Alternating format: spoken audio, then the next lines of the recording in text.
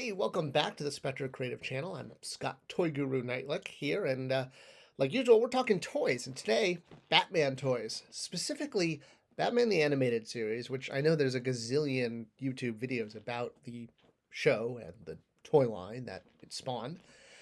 I want to kind of talk about the sort of almost hidden Batman the Animated Series line that was within the Justice League Unlimited line. All right, what am I talking about?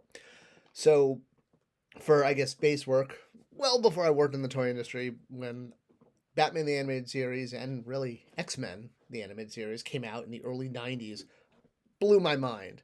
This would, I mean, it's amazing how these two shows still stand up as kind of the definitive superhero shows. Maybe Avengers Earth Mightiest Heroes gets number 3 in that list.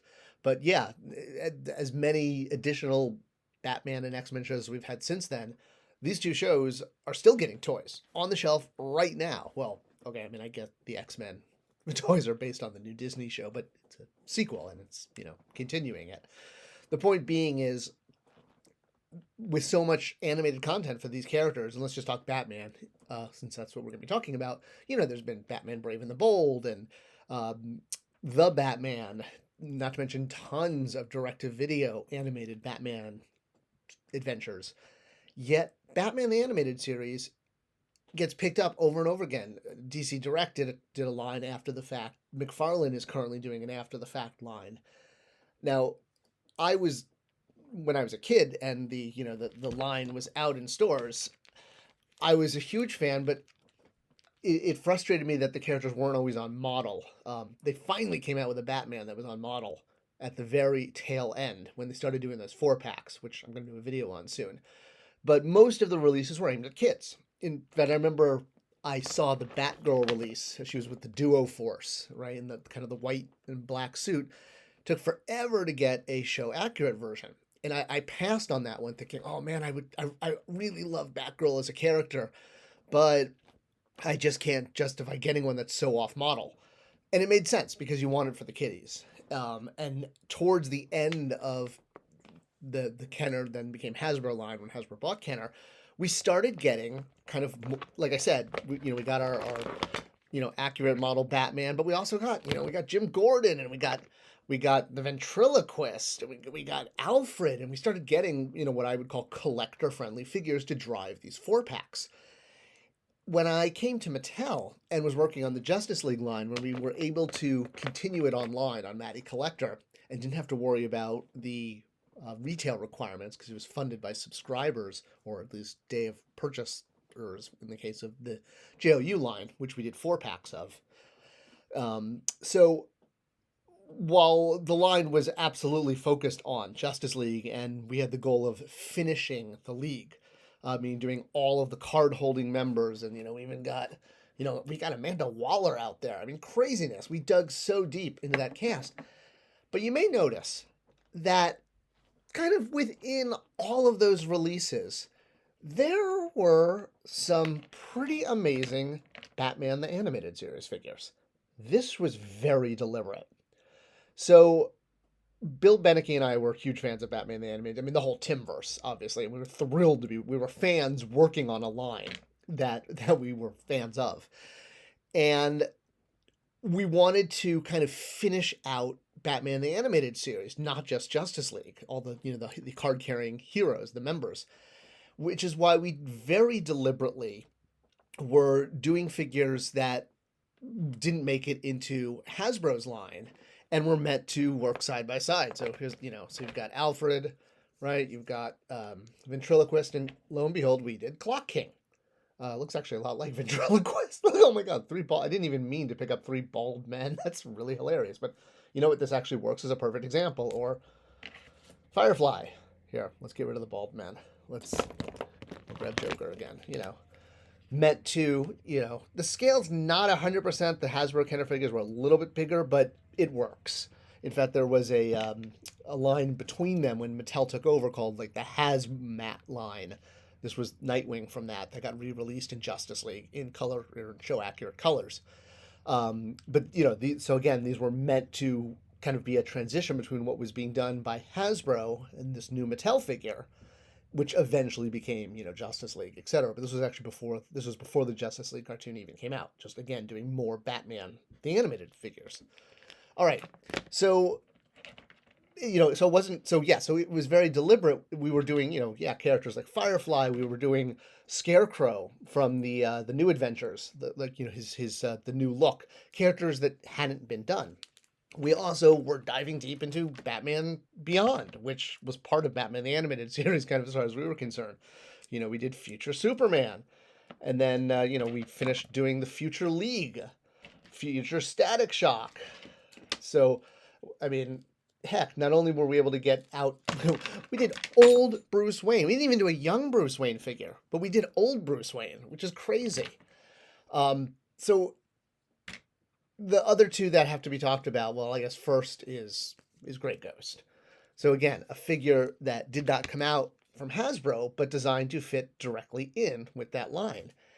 And the thing with Grey Ghost, when I was a kid, I remember watching this episode at my grandparents' house in Stamford, Connecticut.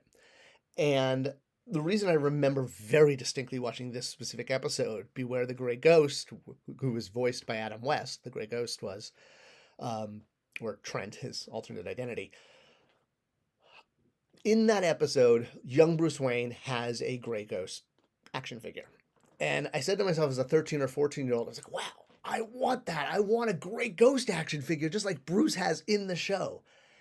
And it literally almost became like a lifelong quest. I mean, never did I think I was going to wind up becoming the brand manager for a Justice League line and have access to making a Grey Ghost figure. So when we had this one come out, he came out in a 3-pack at retail, but we timed the release so we could also churn out 200 units on a Grey Ghost card that was a gift to employees and Warner Brothers partners. And Bruce Timm even signed the back there. So, where is it? There we go. So this was done to be like as if like in universe, this was a Grey Ghost figure that Bruce could have had. And this was just an absolute joy to be able to do this. So then the last one to note is the Batman. So like I said, they did make a show accurate Batman. And this was something we were really pushing with the Justice League line. As an example, these two Batmen were meant to be, let's see, I believe this one here is based on the show PMS colors. This one is based on kind of what he looks like in the show with light reflection. It made the outfit look more blue than black. So, but you'll notice they both also have cape, the inside, I'm sorry, the the color on the inside here. It's not just repeated. It's purple here and black here, light blue here, blue, dark blue there. And once we knew we could kind of do a show accurate painted Batman to actually look like he looked in the animation, not using scribe lines or those shadow lines, which personally I'm not a fan of. They actually hadn't come into vogue at that point. Probably would be doing them now if the line was out. But this was something I wanted to do for Batman the Animated Series. We got this one Batman from the Arkham Asylum 4-pack that did the inside of the cape as a different color. And I was so excited when we did this figure because this is a perfect well, except for the fact that it's off model because the ears are the Justice League head because he had shorter ears when he was wearing the Batman, or he was in the Batman Animated Series, but it's the same Batman. All right, but based on the Justice League tool, wow, perfect. The cape, you can see it's 2 colors. It's purple inside, black on the back. Oh, I just love this. And when you pair this with the Joker, which was from the Hasbro Mattel, that midline was done as the New Adventures, but we repainted him in Batman the Animated Series colors. And we did a new Harley, which I remember we could only do either new arms or new legs. And I felt, okay, we have to do the arms because the puff at on the arms is more important than the ridge of the shoe. We can paint that. That was the one compromise I remember having to. I was like, oh God, it's like Sophie's Choice. I wanted to do Harley I wanted to do a great Harley because it took forever to get her in the original Kenner Hasbro line because she wasn't popular. I mean, she was, but they didn't realize she'd become the most merchandisable character in the entire DC catalog, including Batman. So yeah, right here. I mean, this is Batman the Animated Series, and throw in other characters like Creeper and Zatanna, who are also in the line. If we'd gotten to Jonah Hex, could have included him. But yeah, there's a whole Batman the Animated Series line within the Justice League Unlimited Mattel line, and I'm really proud to have worked on it because it was a labor of love from everyone who worked on it. And it was really cool to get out. And honestly, this is still remains, for all the scales we've had, in different Batman the Animated Series toys. This Batman right here and this Mark Hamill Joker, that to me, these are just bam right there. That is Batman the Animated Series. I hope you enjoyed this video and it was a cool look at some toys that maybe you didn't even know were out there for Batman the Animated Series, or hey, maybe you have them all already. If you like this video, the best way to support the channel is to share it with others. So thank you for that, and I'll see you guys in the next video.